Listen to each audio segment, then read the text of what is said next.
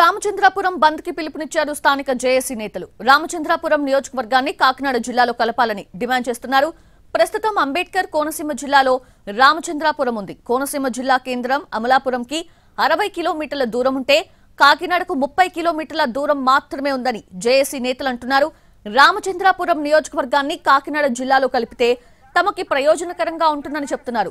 స్వప్రయోజనాల కోసం స్థానిక నేతలు ప్రజల డిమాండ్స్ పట్టించుకోవటం లేదని, తమకు మద్దతు ఇవ్వని వారికి స్థానిక సంస్థల ఎన్నికల్లో వ్యతిరేకంగా పనిచేస్తామంటున్నారు జేఏసీ నేతలు.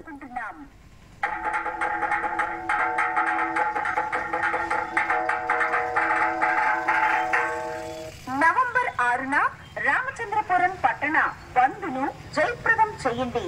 రామచంద్రపురం నియోజకవర్గాన్ని కాకినాడ జిల్లాలో